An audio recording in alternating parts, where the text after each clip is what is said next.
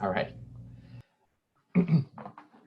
Okay, well, thanks, Chris. And so now we're going to go into a review of the tutorial on how to submit data to FaceSpace. So like I said, I'm going to walk us through that on the site so that you know, basically you know where all the instructions are and how to follow it, because you know, at some point in the future you'll be doing that, and we won't be with you. So we wanted to make sure that you know where all of the instructions are and kind of how we went through it a couple times here today. So let's see, with any luck, I will get my the right browser shared. All right, so if things went as planned, you should be seeing the FaceSpace website. Okay, good. So the instructions, I'll just want to start from the very beginning, because what will happen is that to submit data, and some of you have already done this, and so you've been through this process, and for others, you are yet to do this. So the beginning of the process is to make a request to FaceSpace to consider your data for inclusion in FaceSpace.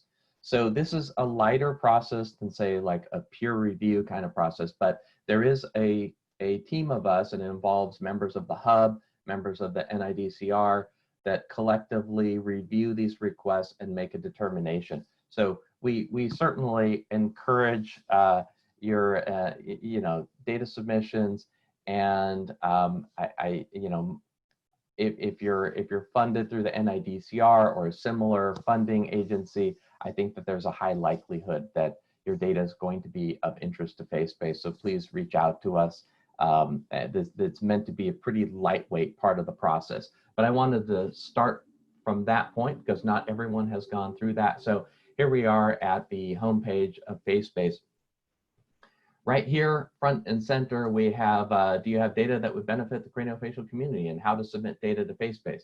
I'm going to follow that link, but on any page we have at the upper menu bar here, submit, and then link to how to submit data to FaceSpace. So you can find this from any page on FaceSpace. So I'm going to follow this, and we just give an overview of a couple resources that you ought to review, and then a link to a data submission form. This is really the form for inquiring about making a data submission. So the two policies to take a look at, or really a policy and then our data priorities to look at, begin with the data access policy. So this just makes you aware that we have both open access data and controlled access data. So the open access data are pretty much any of the data generated on animal models for craniofacial research, and then the controlled access data are any data that are identifiable individual level human data.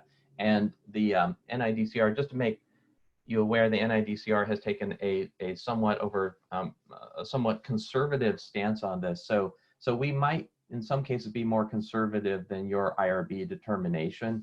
So really anything that is, say, sequences, genetic sequences, and certainly, since we're face-based, we deal with facial scans. So anything like that is going to be controlled access on FaceSpace. You could still have human data for things like frequencies and genomic positions. So things that you would show up in a genome browser. So if you're familiar with that, it's like your wiggle tracks, your bed tracks, things like that. Those are still open access. So you can submit those, and it's a pretty streamlined, quick process for your human data of that type. But I want to make you aware of this. There's a lot of commonality in the process, but certainly parts of the process for controlled access data are different. I believe Alejandro will touch on that towards the end of his session. We'll primarily be looking at the process for the open access data, although for metadata, it's still the same. So a lot of that has a common overlap for what you need to do. And a lot of the, pretty much where the effort is involved is going to be roughly similar. So there's not a whole lot of difference. You can follow this tutorial for either kind of data, and it'll apply to you. It's just that final step of actually putting the data on the site that's different for the controlled access. So This is something to be aware of and review. And then there's the current data priorities. So, and this was collectively decided on, again, by a group of the Hub and IDCR, and in this case, also our scientific advisors. And we agreed to this at the end of phase 2, and we review it each year over the course of phase 3. So at our annual meetings, this is a topic of conversation. So we've identified a few things here, or really kind of collectively in the community giving us feedback, have identified a few types of data that are of particular interest. And we would encourage you to start by looking at this and seeing how your data might fit into that. I would note, and this is important, that even if your data doesn't fall into one of these categories strictly, but you think it's of value to you know, the craniofacial research community in general, and data that can be reused by others, please still get in touch with us. And so we certainly have already had data requests that fall outside of the exact scope of this that have been approved. So other kinds of model organisms, that came up, certainly different types of data than what is listed here. But these are some of the kind of the ones that were listed as a high priority. So then, okay, so back to here. So the first step, if you're coming at this absolutely new, is going to be to begin by filling out this form here, which is to tell us a little bit about the data so we can review and that group can make a decision about it. So aside from obviously contact information, the most important part here is the data description. So you tell us a little bit about the type of experiment, the types of data, the subjects or specimens that are involved in it. We certainly want to know, does it contain data derived from human subjects? You let us know about that. And then the last bit of information here on project details is not necessarily so important for the decision, but optimistically, when your request is approved, we'll be able to set you up with a project page on FaceBase right away. So by doing this, then we're able to kind of streamline a step with Alejandro reaching out to you to get these details. We'll be able to just set you up right away. Okay, so that's the first part of the process. Are there any questions that anyone has at this point that you want to bring up? And I don't have a chat window in front of me, so I guess Chris or somebody would have to let me know if something shows up there. I'll keep an eye, but nothing so far. Okay. So if there are no questions, then we'll proceed to the next step. So all of our instructions are online at our data curation wiki. So that is the link down here. So once you get the go ahead, then you proceed here. Really, we'll get in touch with you. We'll talk to you. We're here to help. So you can always reach out to us. So these are our instructions. So I just covered the who can submit data. So we're going to go down to here on submitting and curating data. And we want to begin with just an overview of the key concepts, because it's good to have an idea of the rough organization of data in the FaceBase database so that you understand, well, what you're actually building up to. And we have a high-level diagram of what the database model, or that's really another way of saying the way that the information is structured in FaceBase, how that looks at a high level.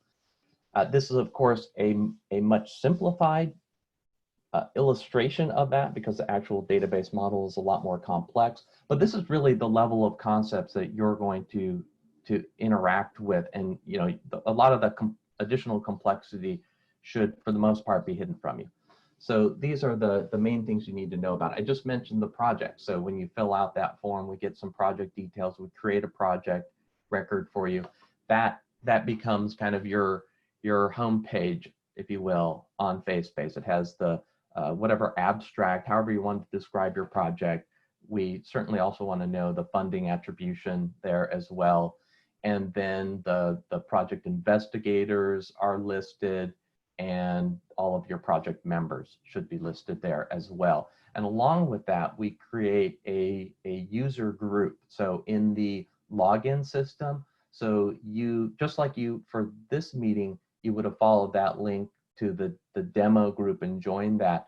Each project gets one of those. And this controls the access rights throughout the system and the visibility throughout the system. So you're able to then add everything that's underneath this project, and only you and your project members would be able to edit and actually view that until we make it publicly released. Something I want to mention about the project is that it's like the cardinality here about how many projects should you have. So a project is not a homepage for your lab or necessarily for an entire consortium. It's really for each like funded investigation. So let's say you have a lab and you have a couple, let's say R01 scale of projects going on. Each one of those is an individual project in our system, and each one of them would go through its own data, submission request form and approval. So for each one, because you might have a different set of PhD students or postdocs or other staff working on different projects, and so each one should be a cohesive representation of that activity. And then underneath that are the data sets that you're creating. So again, in a given project, you might have multiple, say, these might go along with, say, publishing events. You have a paper coming out and supplementary data to go along with that. You might have more than one of those for a given project. And so that may be how you'd want to organize your data submissions to FaceSpace. So the data set isn't strictly defined about what it has to be. Does it have to be just one age stage of your research or one particular mutation? You can kind of decide what are the logical units and submit it together like that. A lot of times these kind of go hand in hand with what you're going to publish, but there's not really a strict definition or rule that we have to follow for what goes in there. It should probably be a cohesive, meaningful collection, though, that, some sort of logical grouping.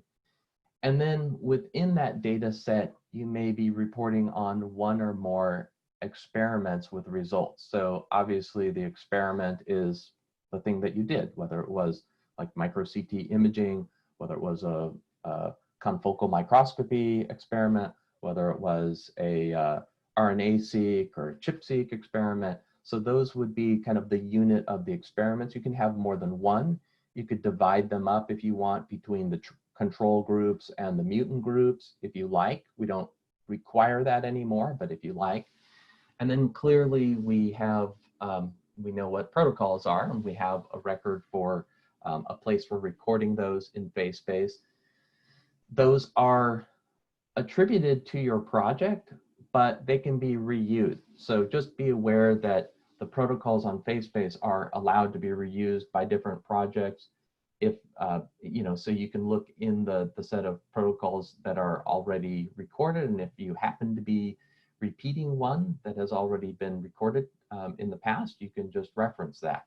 In general, I think it's usually the case that that our data submitters are entering new ones, but that's that's up to you, and on a case-by-case basis. When we look at the protocol, we'll see the details that go into that. There is so this is a little bit going through a revision during this year, and so some things about what we record in the protocol will change, but I think at the high level it's going to be about the same. We do down here, so underneath this diagram we have a description of pretty much everything that I'm saying here, and for the protocol we reference the Nature Protocol Exchange. So I don't know if you're familiar with this, but this is from the Nature Publishing Group. So if I just follow that link in another tab, and hopefully you can follow along there. So the Protocol Exchange is a way of sharing protocols through their site, and they have some guidelines. So we would say if you're not sure what to cover in it, follow guidelines like this or similar. I think it should be fairly clear what to do, but these references are there for you to find. And anyways, if you're doing, you're publishing something on your data, you're going to have this detail and probably have to submit it as part of that publication process anyway. So we just wanted to also record it here as well. Okay, so that covers the experiment. There are a couple specialized forms of experiment that I won't go into in greater detail, but there are a couple specialized ones. One for called enhancer, which is for enhancer reporter assays, and then another one called clinical, which is for essentially additional details for clinical studies that involve additional details on the subjects involved. So those are also available. I won't go into them in detail, but I just want to make you aware that they are there. And then, of course, along with the experiment come detail on the biosample.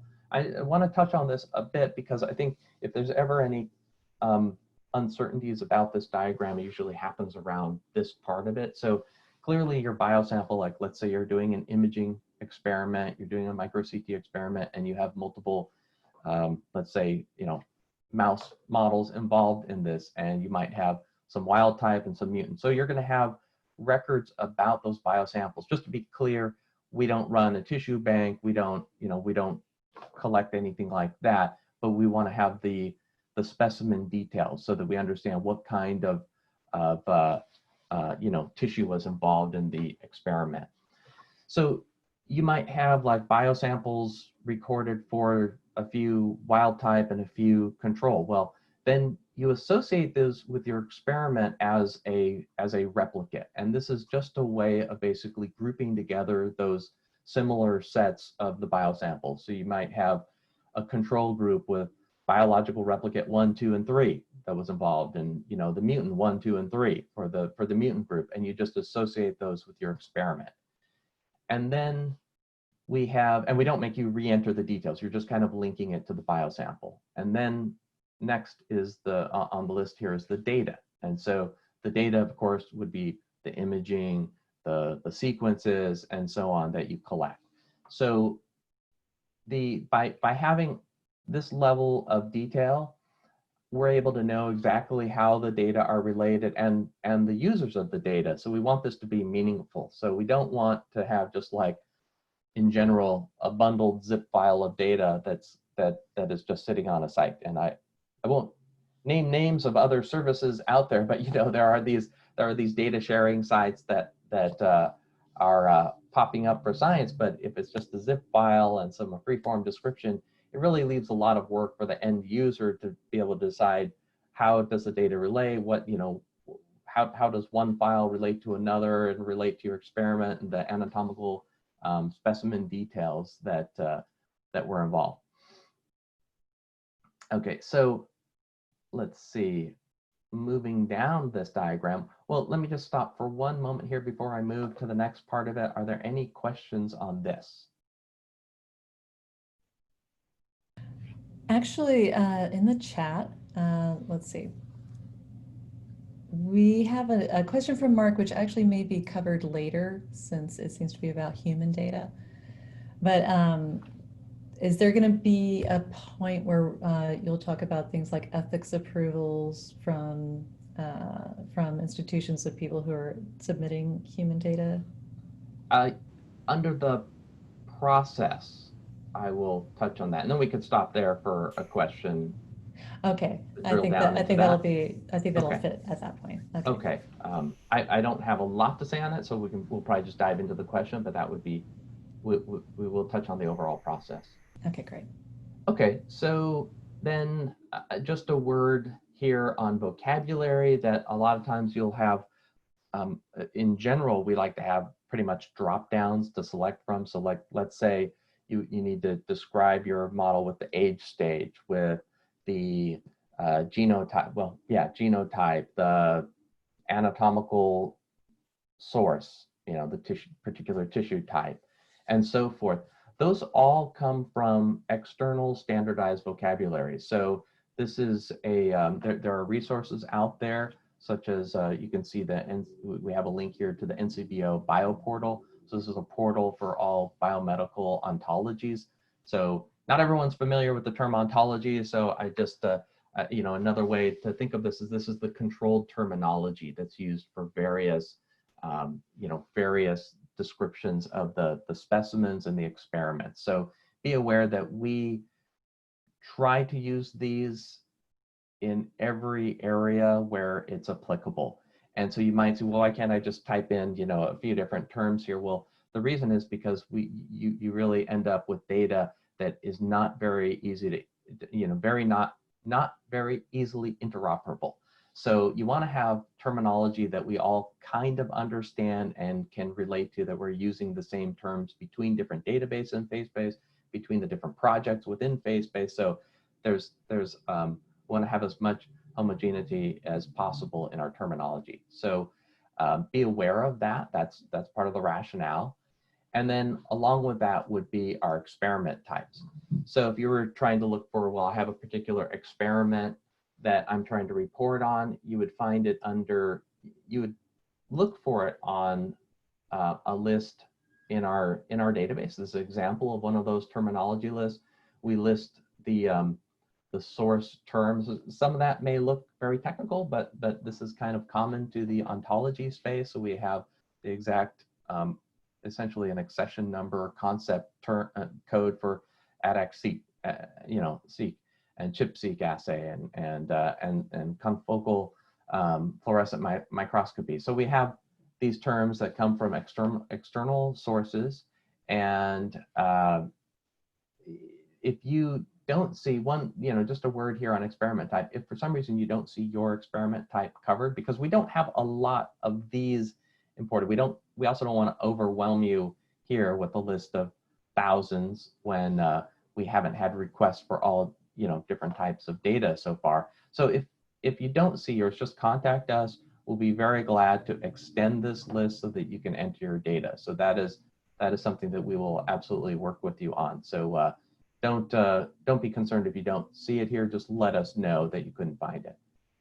Okay, so another word on data types and formats. I'm not going to, of course, go through this list, but I just want to mention we do have specific types and formats of data that we want to collect, and formats for those types. So you'll see we are pretty specific. Just to give an example, so say for sequencing data, we would like to have fastq.gz. So we would like a gzip because it's a lot more efficient to transfer it. It's a lot more efficient for users to download it, and it's smaller to store. So we have similar recommendations like that throughout this list. And to let you know, the rationale here is that we want to have data submitted in a format that is the most broadly available for reuse. So when it comes to imaging, this can be a particular issue because there's a lot of proprietary formats. So we may be open to taking the original proprietary format, but we would also like to get it in a more open format. So say in a TIFF format, or there's also a form of TIFF called OME TIFF that is pretty widely used and adopted by vendors in the microscopy space. If it's, say, surface models, then say right now our focus has been on the OBJ format, but there are there's at least another 1 or 2 formats that are pretty widely used. They don't necessarily have to be like a quote open standard, but we would at least like them to be sort of a de facto standard, that there's a lot of available tools. What we don't want is to have like, here's a format that can only be opened by this one vendor's tool that you have to license, and so it's kind of closed off for most people. So that's the rationale here. So again, we're flexible on these things. If you need support for a different format, we are open to it, but just the most important part is that we want to make sure that it's going to actually be usable by the broadest group of people. Okay, and then there is room for supplementary data. So sometimes your data may not fit into one of these categories. And I think in particular, this happens with, well, it can happen with data where you have, say, processed data, analyzed data that cuts across experiments or may be relevant to the entire study or a meta-analysis or something. So in those cases, there is kind of a catch-all in the data set where you can have like additional supplementary information. And so that's an area where we can accommodate things that don't fit into these other categories. But the most important thing is, if it does fit in those categories, we wouldn't want to accidentally see it in the supplementary data, and not a big deal, but we would ask you to move it around, or maybe, if possible, we can help move it around to put it in the right place. So just be aware of that. And then finally, data sets can make references to external data and to external visualization. So this comes up, for example, in the case of, say, GWAS data using a third-party viewer called Locus Zoom. So that has come up, and we have a mechanism for putting in links off to data that maybe resides better at another location. Or I'll even show you, like, say, if it's a dbGaP data, that you can make references. Say you have your data on dbGaP already, but you want your tracks on FaceBase. You can also do that.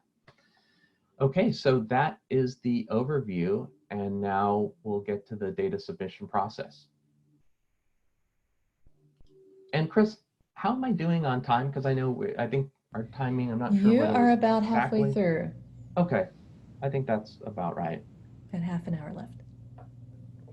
Okay, so the data submission process. So this is what I was referring to, where we will I will be able to stop here to talk about the IRB part of the process. So this is a overview of the kind of workflow involved in submitting data with a rough idea of what those timelines look like. So again, I've kind of mentioned the first couple steps. So when we started from the homepage, so there was the initial submit form to say, to make a request that you want to submit data. Then internally, so the green are what you would do, and the blue are what we or our partners in the NIDCR would do. So we review those form and get back to you with a notification of acceptance, or if not, to let you know why. Our target time is about 2 weeks to get back to you. So there's some variability in that. I think that Chris gets back to you probably right away, earlier than that, but with a decision would happen within, roughly, we want to aim for a couple weeks. So if you feel like something is, you're not getting feedback, just again, reach out to us and we'll see where things stand with your decision. Sometimes we'll get back to you and have some additional questions. So we'll need to collect a little additional detail. And then in those cases, the process can take a little bit longer. But in general, we hope that we can keep this fairly quick. And then, so if human data are involved, so we do need to go through an IRB certification process. So this is a little different than the closed model that we had for FaceBase 2 and that happened before that in FaceBase 1, where we had kind of pre-approved set of spoke projects, and we were all kind of, it was all sort of anticipated in advance what kind of data and how that handoff was going to happen to the hub. So now it's a bit different, and I think, in full disclosure, we have not had a lot of experience with this process yet, because we've still had some human data that, though it was outside of a particular scope, was related to it, and so it was kind of covered under that. But the way this process will work is that you will need to give us additional details on your IRB, the decision, the information that went into it, the protocol, and then USC will have to certify your IRB decision. And then at that point, we can take that data. Again, I just want to note that the tracks, things like tracks that aren't identifiable data are not restricted. And so those can kind of be submitted without going through this process. But sequencing data, anything that's identifiable type of data, and certainly images, surface meshes, things of that nature are going to have to go through this process. So this would be a good point to stop and see if we can address the question that was raised. So maybe Chris, you can help us with that. Actually, there's been a lot of discussion of it on the chat, but I'll go ahead and raise it. Mark Barash said, I have 3D craniofacial data and genomic data for some of the samples I collected over years in 2 institutions. The samples have been largely collected overseas in Australia under ethics approval from respective institutions. I want to submit my data to FaceBase. Do I need a specific approval from each of those places, or excuse me, just from my current US institution? And he also said that the volunteers have provided their informed consent to share their data for other research projects. So then Bridget responded that the first thing to check on that will be whether the institutions are certified with FWA, Federal Wide Assurance for the Protection of Human Subjects. And she did include a link here. And Alicia also mentioned if there's an institutional certification that covers the data. Institutional certification letters specify the level of data access, controlled or unrestricted, and any approved secondary uses that are consistent with the original participant consents. Now, Mark asked if his current institution is not FWA certified, what else could they do? At this point, Alicia is actually going to follow up about this. And what we can do is we'll definitely share, we'll look into this, and Alicia and Mark are actually going to communicate with each other, but we'll share, what the results of that are with the rest of the group in case anybody else is interested in that. Okay, good. Yeah. And we do have links on the site to the FWA information.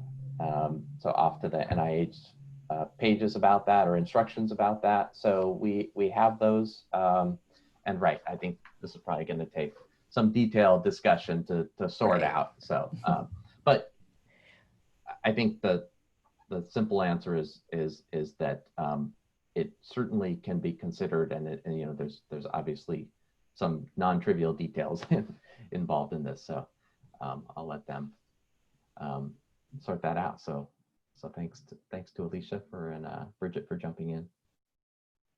Okay. All right. So here we are. So once we get through that process, so whether it's non-human or it is human and identifiable, and we go through the certification process, then the next step is the project record gets set up, and then you get sent a link, kind of like you did for this meeting with the demo link, and you follow that and you join that group, and then you then have the authorization to be able to add data to your group that's attributed to your group. And then you go through the steps that we're going to be looking at next in this green box here about submit metadata and data.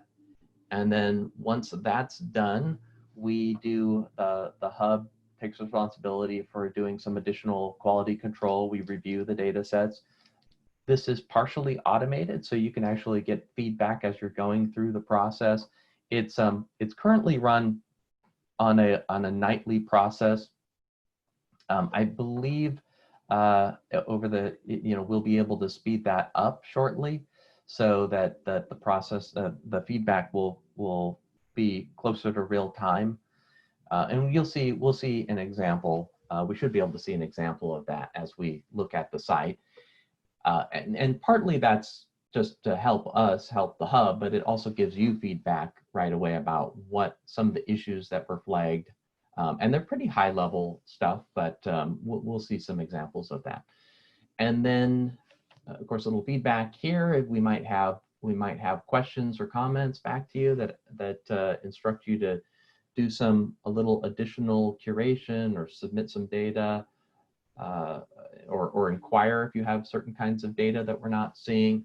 So after that, then after all issues are resolved, then we release it. And I just want to mention there that at that point, then it can be publicly viewed. So up until that point in this process, really no one but you can see your data. And this is on every single data set. Even if you've had a data set for a project released before, the next one that you create is going to remain private to only you and your collaborators in your group until they're released. And this can be a benefit for you in the sense that you can get started on entering data before, say, a paper's been published, but you don't want to share the data yet, or you want it to kind of come out with the paper. So we can manage that so that you can have everything set up, and you can even have the ability to make a proper data citation to your data set in your paper, but not release it until the timing that you say it's ready to go out. You give us a date and we can release it then. So that brings us to the first question here, which is when should you contact FaceBase? So we would ask you to consider contacting us really early in the process. Like, don't wait until the paper's out and now you need a place for the data or something like that. Ideally, we would rather you come to us while the paper's in preparation or maybe under review, if you're timing it with a paper, if that's the purpose of what you're doing. If you have paper that you know that has been published in the past, but you think it was a good data set, I mean, still come to us. That's still fine, and we can make linkages to your publications if they're listed in PubMed, for example. So I'm not ruling, you know, we're not ruling that out at all, but if it's a work in progress, we would prefer to begin it earlier rather than later so that we can get you set up so you can actually make those data citations to your data set from within your paper. And like when your paper lists, here's where to find the supplementary data, you can actually list it with a DOI, digital object identifier, to your data set. So it'll be a good archive quality reference that you're making to your data. And that way, when other people use your data, they know how to cite it as well. They know not only where to find it and reuse it, but how to cite it. And then the next part, this before you begin, we've already discussed that was all about the how to submit data. And then we get down to the actual core parts of this, which are the data submission process. I'm just going to mention here the submitting human data subjects. Again, if you have human subjects data, during that notification process, we're going to talk to you more about it. But most of these steps will be common, but how you actually upload the identifiable data is different and goes through a different path. We have you encrypt the data before you send it to us, so, which is, we reviewed our process with other repositories like dbGaP, and we think that ours are, you know, it's comparable to that. So if you have experience with that, we don't use the same tooling, but the process is roughly similar. So, but the data has to go into a secure repository. Okay, so the next part of our tutorial here is to create a data set entry. And for the data set entry, what we recommend here, so we get here to the instructions, is to begin by finding your project on the FaceBase site, and from there, adding a record. So I'm just going to go straight there. I'm going to open that in another tab so I don't lose my place here. Okay. All right, so I am now on the project page. Actually, let me show you how I got here, how you would get here. So it's always from the upper menu bar, you will find under About Projects. So it's always here to be able to find it. So from wherever you are, but we give you a direct link there from the curation wiki. So this is the listing of projects. So we have 40, really 39. One of those is the demo project. And then you can search in here to find it. You can sort it by the project investigator. So if we want to find projects that Yang is involved in, we can check off Yang's name and we get the projects that he appears in. So let me just uncheck that. And one thing you might notice also about our page is, like, anytime we have these facets on the side, we call these facets, these various filters here under the refined search, is whenever you click on them, it actually changes the other filters. So you're only seeing what information is available. So when I uncheck Yang there, the project names or facets are going to change. So you might have noticed that this list above it changed. So that's something that's always available on every page as you're searching. So I'm just going to do demo because I know that we're in the demo site here. And now we're on the project page for the demo. It's pretty Spartan because of the nature of it. And in the upper right-hand corner, we have a login link. So you do need to be logged in to begin this part of the process, so be aware of that. And I'll log in with my, my demo account for this purpose. Okay, now the page has additional sections that we weren't seeing before. And there's a little toggle at the upper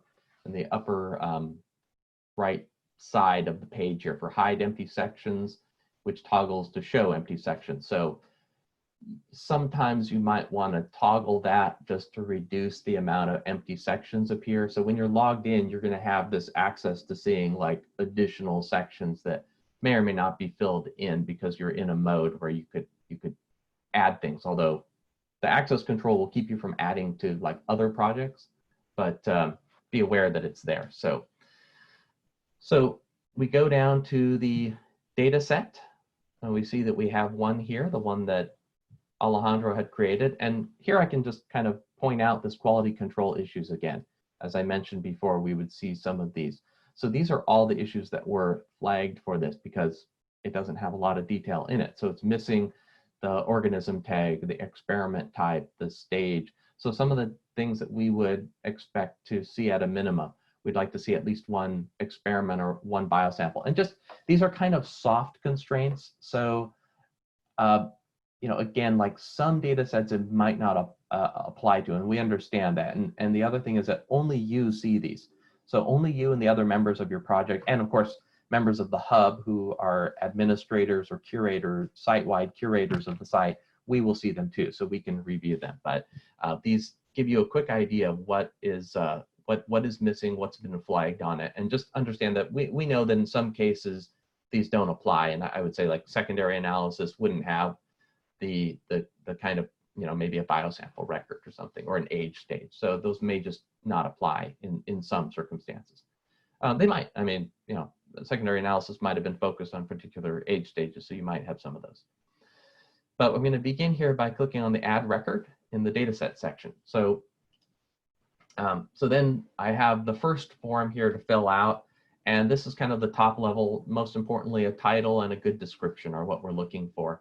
So, you know, a good title would probably include it. Sometimes it's going to be related to a paper that you did. You know, you might reuse or some variation on a paper title. If not, it might include like experiment type on, you know, you would fill in the real ones, but on a certain species, you know, with a certain type of tissue and so forth. Add, you know, maybe a development stage. So something to kind of give a general idea what's going to be in here. And then you'll notice there's a requires DOI. So you can set this to true, and a digital object identifier will be generated for this. This is also done in a nightly process. You come back the next day and you will have a citable DOI that's been generated, and then you can include that in a paper that you're preparing. So be aware that that's there. And then I would just say under the description, you know, provide enough detail so that somebody who's showing up at your data set will understand what's going on here, what's been provided, what, you know, why this would be interesting for their reuse. You'll notice that there's a little toolbar with essentially rich text editing. So I can kind of put in a heading here. Let's see, I can use strong text and also italics. Of course, I can replace this stylized text here. You can do things like put in a unordered list, some this and that and other things, okay? And then you can preview it and see what that would look like. Let me just expand that. So you can, you know, you have a fair amount of, you know, well, I should say a modest amount of stylizing that you can do in this. Then a study design. This can kind of be an overview that gives a little more details than the description. It's not necessarily a substitute for the protocol document. So you'll still need to describe your protocol under most circumstances. You'll need to do that. And then you'll notice at the bottom here that it has released and release date. So these are things like right now, because I'm logged in as a regular user, I can't change these, and that'll be true for you as well. The hub, then, this is where we come back in, take a look at things, and we feel that this is above threshold for releasing, and then we'll release it. Or, you know, if you had wanted your data to be released later, we'll keep a note of that and contact you at that time, and then clear it for release. So that's about it that goes into this core record that you create. Then once you do that, you now have the dataset record, which has, you know, the beginnings of it, which has a lot of empty sections in it. And that's where you can kind of use this toggle to hide the empty sections. And this is what someone would see right now if this were released. It wouldn't be a whole lot. So we're going to add additional details. So some of the things that we like to see, actually, and I'm going to just let me flip back to the instructions because we described that there. Let me just go back here. Okay, so we've done this first step of creating the data set record. All right, and then the next step here says add tags for filtering and searching. So we kind of explain, like, at a minimum what we'd like you to tag your data set with, and give you kind of a screenshot of where to look to do that. So that's the step that I'm on right now. So I have all of these little add records down the right-hand side, and the wiki had told me that we really like to know about some, if possible, I mean, the high priority ones, you may not fill out all of these, but high priority are like species and experiment type, which are usually applicable to everyone's data set. Okay, so when I do that, you'll see I have a short list here. These all are terms that came out of NCBI taxon. So let's say I'm entering one on a mouse. So you can actually pick more than one, because there are data sets that include experiments involving multiple, usually a model organism and human or something like that, but you can have more than one of any of these. So I pick that, and now mouse is showing up there. Let's also say I was doing let's say I'm doing micro CT. Let's put CT in here and find, okay, here we go. Here's the micro CT term.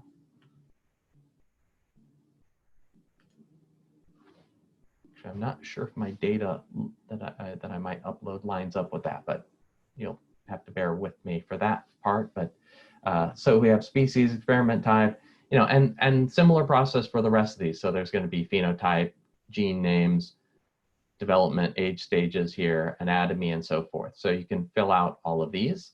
So let's just see where we are with the wiki. I'm going to flip back over here. Okay, so we've done that part of it.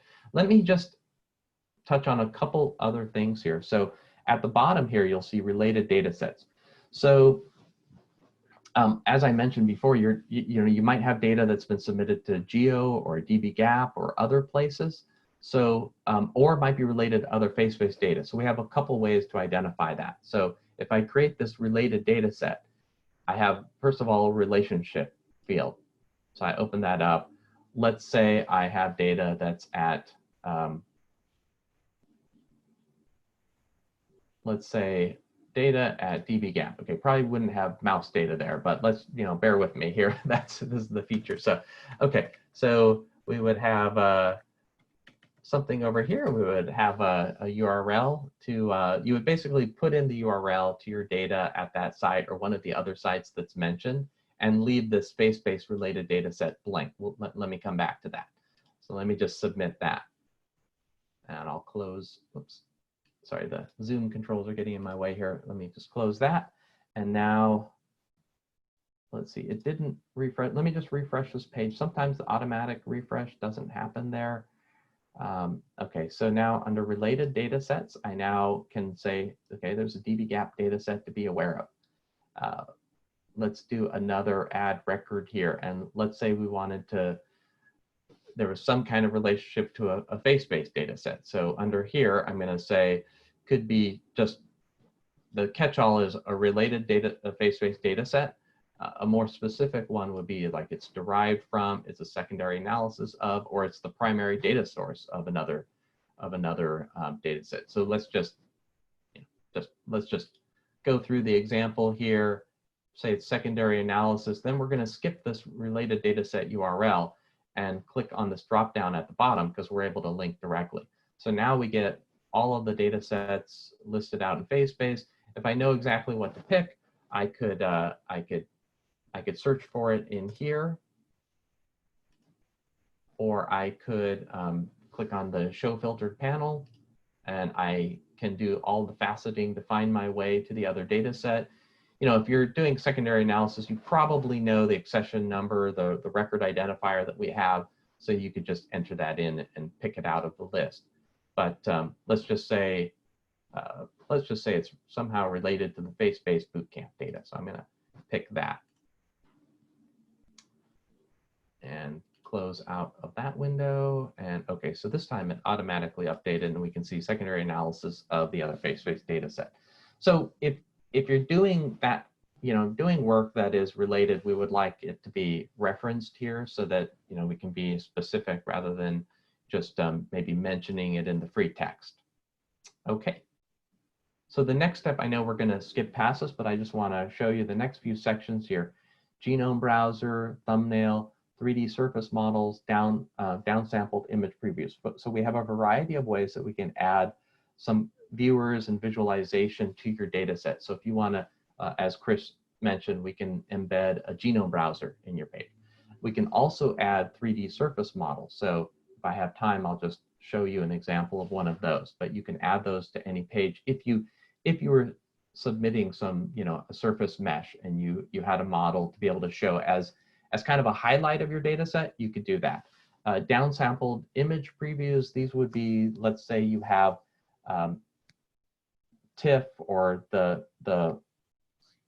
some format for your micro CT image, which we've been using Nifty in the past, although that's a little, and we know that's a little specific type of format there, came out of neuroscience, but it's been useful for face-to-face in the past.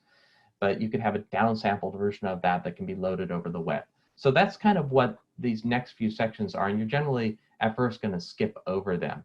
And again, let me just kind of go back to the wiki again, see where we're at in our instructions. So it says basically, we always say review what you just did and then go to the next step. It's a good place to just take a look and make sure you've got it covered. So the next is creating the experiment, biosample, and replicate entries. Okay, so these are the core. So really at this point, I know it's kind of a lot of information you've been given so far, but at this point, we've really just kind of filled in one form and a few tags. So it really hasn't been all that much. The next steps are going to be a few more forms here for the biosample, experiments, and replicate. So those are described on this page, and I'll just walk through these steps for you. So coming back over here, I like to start with putting in the biosample first, although there's not a strict order for doing it. So again, I said I was going to put in details on a mouse. So we have this local identifier. So if in your lab notebook you have a way of coding, and identifying your internal subjects, we would encourage you to do that so that if somebody comes back, and this does happen, people come back and they want additional information on a data set, they can reach out to you and ask you questions about it. So again, I'm going to pick from these controlled terms. I'm going to pick mouse, and I need to say what type of specimen. Let's say it's a whole organism preparation. There are other fields that aren't required. Again, we would encourage you to pick as many as possible, but we don't strictly enforce them because they won't always be relevant to everyone's biosample. And again, you'll see this is kind of a mix of things. So this you would use whether it's mouse or zebrafish or another model organism, or to some extent, even if it's human patients involved in the study, and tissue drawn from humans, that you could use this. So it's kind of meant to be sort of a one size fits all. So you have to pick the ones that would be relevant to you. And the other thing I would mention is that you can, over here in the right hand side, you can clone this. So if, say, I wanted to make more of these, I could say, let's say I'm going to enter 3 of them, and I could clone these, as that make 4 actually, but let me get rid of one. So I have the little X here. So I remove that, and I can enter 3 at a time. We have features here where if I said, oh, I missed something, I didn't put the strain in here, I can click on here, the little edit button next to that row, and then I can pick a value, and let's pick the value here. Let's say it's C57BL6J, very common, of course, and I pick that and I say apply all, and it fills it in across the board. So you can do this also when editing, so you go back, you miss something, and it can make things quite efficient for having to do edits across a lot of entries at once. So let's just say I'm going to change the local identifier because that's, I'd be entering multiple things here. So I'm able to enter my biosamples. This page, okay, so the confirmation page, don't worry too much about this. This one's, we're doing some enhancements to this, and there are some technical reasons why it's not going to pull up the additional details there. But suffice to say that basically 3 successful creations here. So we've been able to enter these fields. Okay, so we're back on this page, and okay, so our biosamples have now showed up here, and now I want to enter the experiment. And again, let's say I'm doing that. Let's just say I'm doing that micro CT. So I need to find it here in the list. Again, there's always a search box at the top. Let's pick that. And then again, this is meant as sort of a one size fits all. So there are other fields here that are really more relevant for RNA-seq, single cell RNA-seq, ChIP-seq. Most of these would be relevant really to those, a lot of them to ChIP-seq actually. So for the most part, you're going to skip over these, but if you do have like ChIP-seq, RNA-seq, you're going to want to look at these carefully. The one that is important for everyone is the protocol one. So down here, I'm going to pop open the protocols. And again, as I mentioned, you could pick from throughout BaseSpace or create a new one. So there's a little link here, a little button here called Create New, and you would follow that to create a new one. I could take a look at an example one, and I'm going to open this up in a separate tab so I don't lose my place here. If I open that up, I can just see the details that someone else entered in, and they've used kind of our internal rich text editor, but they also have a protocol URL off to an external reference, so you can do things like that. And then you can see that this protocol has been used in 6 different experiments that they've submitted. So that's kind of an example of what a protocol is going to look like. The description just gives you a free text area with the rich text editor to put in, you know, as much detail as would be appropriate for you. So I'm going to skip linking and adding this and go back to the main form and submit here. So now we have our experiment, and the next step is to create that replicate.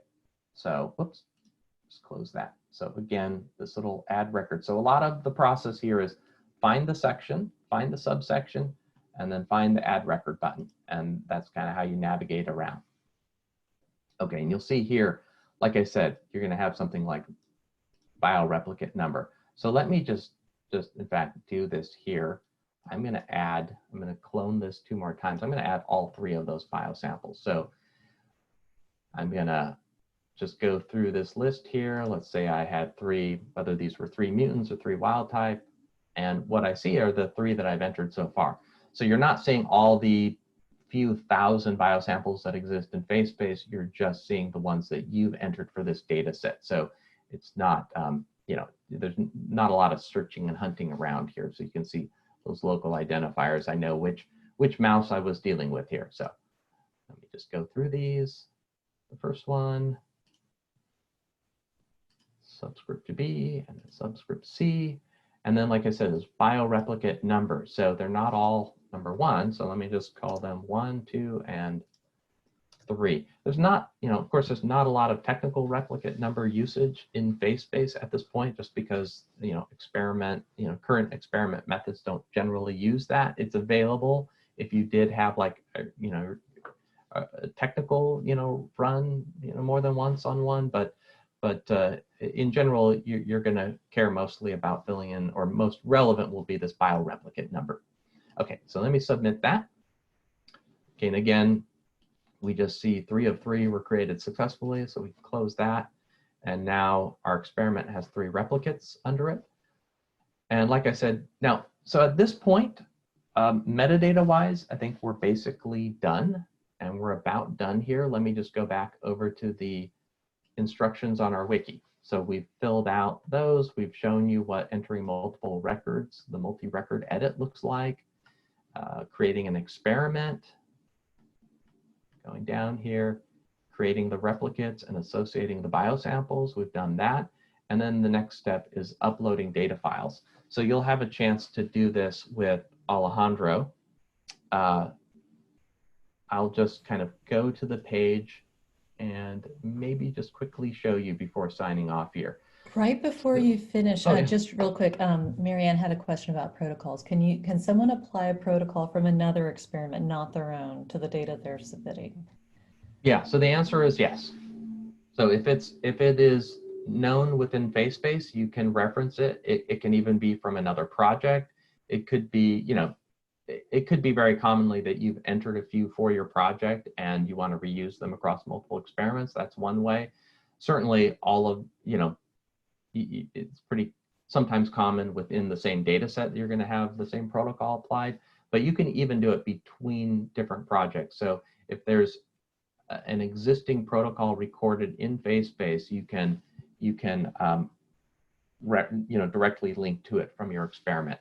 And then I would also mention that when entering a protocol, you'll be able to upload a file. You have a few different options. You could upload a file, because sometimes there's just a file, a common protocol that's already documented, or one that you already have in your lab, or one that's supplied by a vendor. You can upload that.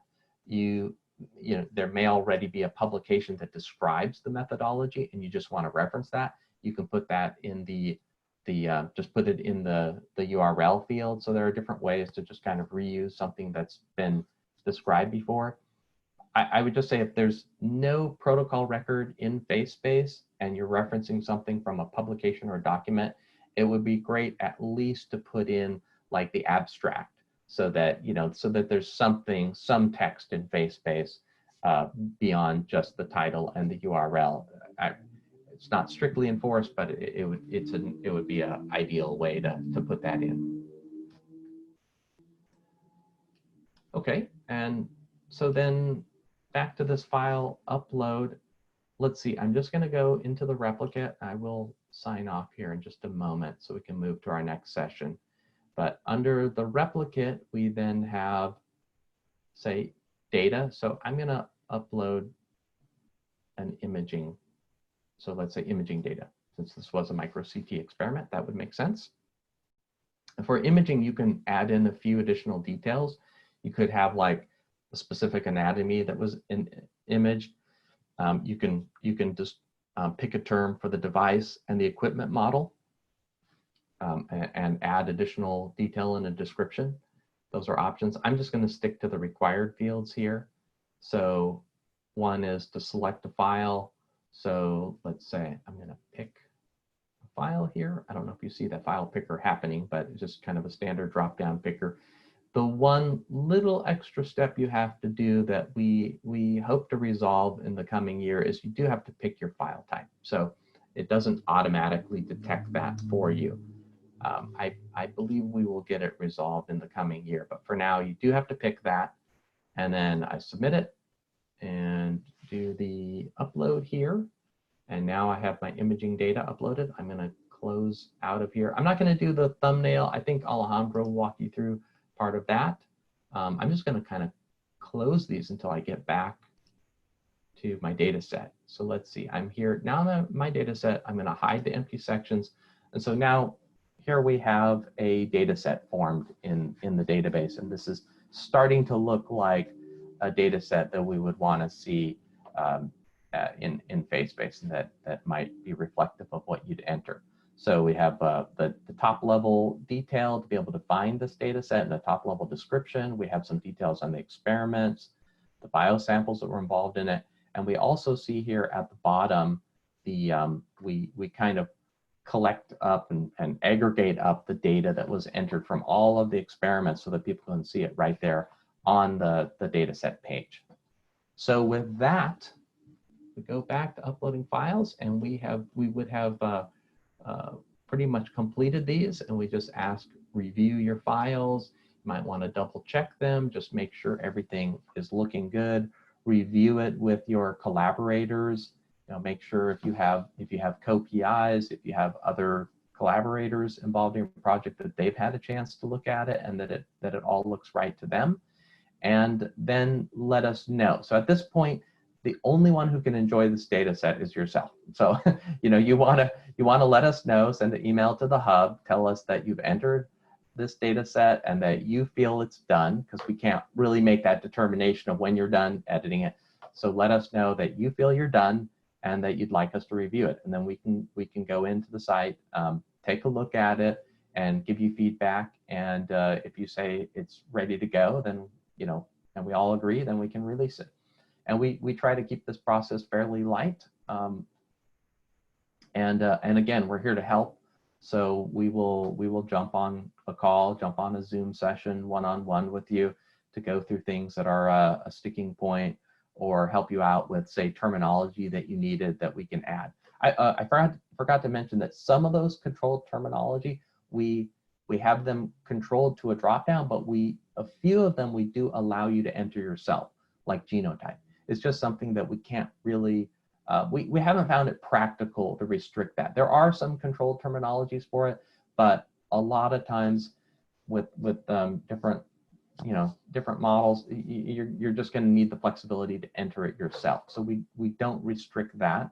But others like basic species type and experiment type, we want to have a little more control over that so that we don't get too many duplicate entries. You could even see in the strain there's a duplicate entry that we need to sort out, for example. But with that, I think I am done with this with the overview. We can get on to the